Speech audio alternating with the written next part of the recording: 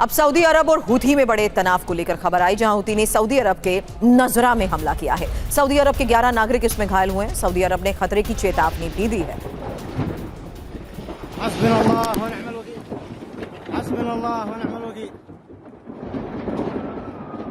Houthi ने Yemen में Saudi समर्थित सुरक्षा बलों पर हमला किया। इस हमले में 40 सैनिकों के मारे जाने की खबर है। हमलों में बैलिस्टिक मिसाइल और ड्रोन के इस्तेमाल का दावा किया गया।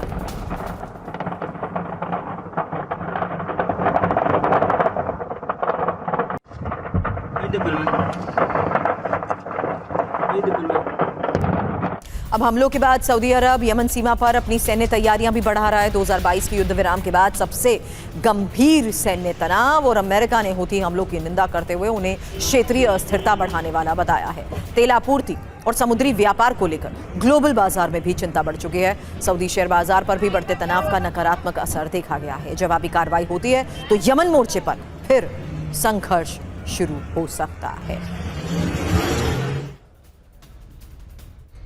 इसी संघर्ष को लेकर बड़ा सवाल कि क्या हुथी करेगा सऊदी पर मेगा अटैक, ट्रंप पर मुश्तबा का शिकंजा। सऊदी अरब मानता है कि हुथी हमलों के लिए ईरान जिम्मेदार है और IRGC हुथी के गठजोड़ में इराक के मिलिशिया भी शामिल हैं। हालांकि सऊदी अरब की खुफिया रिपोर्ट क्या कह रही है? कुछ दिनों में इराकी मिलिशिया हुथी सऊदी पर बड़े हमले करेंगे। एनर्जी इंफ्रास्ट्रक्चर के साथ साथ बंदरगाह और हवाई अड्डों पर हमले संभव है। सऊदी अरब ने ईरानी ड्रोन और मिसाइलों की मूवमेंट को भी नोटिस किया है। इराकी मिलिशिया, हुथी और IRGC ऑफिसर्स के बीच कई बैठक हुई हैं। शांति समझौते को खत्म करना चाहता है ईरान। हालांकि ईरान का यूएस पर दबाव, जहां अमेरिका को अप्रत्यक्ष तौर पर सबक सिखाना चाहता है ईरान, और सऊदी अरब पर हमला हुआ तो अमेरिकी हित भी प्रभावित होंगे और अमेरिका सऊदी अरब के बीच गहरी आर्थिक साझेदारी है और पश्चिम एशिया के ऑयल मार्केट पर इसका बहुत बड़ा असर पड़ेगा। अब अमेरिका की परमाणु नीति को लेकर भी बड़ी खबर आई है, जहां अपनी परमाणु नीति को बदलने की तैयारी में है अमेरिका। टैक्टिकल न्यूक्लियर हथियारों का इस्तेमाल अमेरिका कर सकता है। रूस चीन से टकराव की स्थिति में छोटे एटम बॉम्ब का इस्तेमाल मुमकिन है।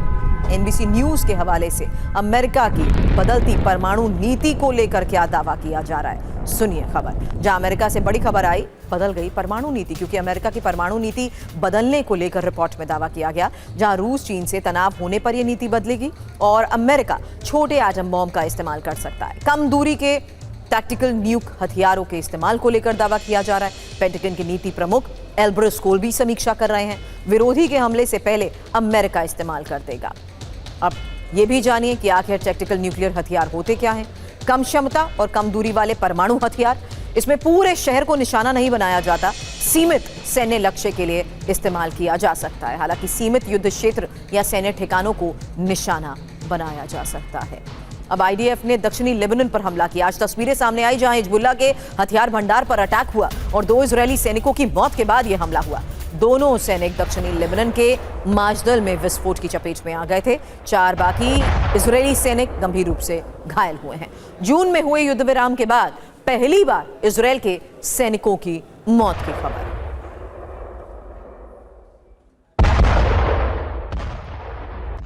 अब लेबनान के तिबनीन और बुर्ज अल शेमाली में भी हमले को लेकर खबर है, जहां इजरायली हमलों में एक लेबनानी नागरिक की मौत हुई है।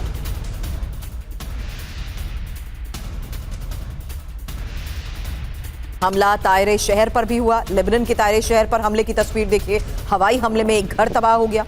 लेबनान के स्वास्थ्य मंत्रालय की तरफ से दावा किया गया कि 2 मार्च से अब तक लेबनान में 4333 लोगों की मौत हुई है।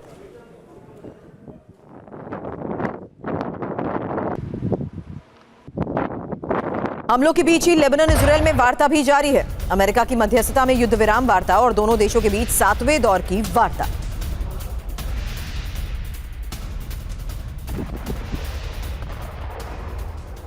तो अब ये तस्वीरें लेबनान से सामने आई हैं और लगातार हो रहे हमलों के बीच आपको बता दें, लेबनान इजरायल में वार्ता का दौर भी जारी है। अमेरिका की मध्यस्थता में युद्ध विराम वार्ता को लेकर खबर है कि दोनों देशों के बीच 7वें दौर की वार्ता हो रही है।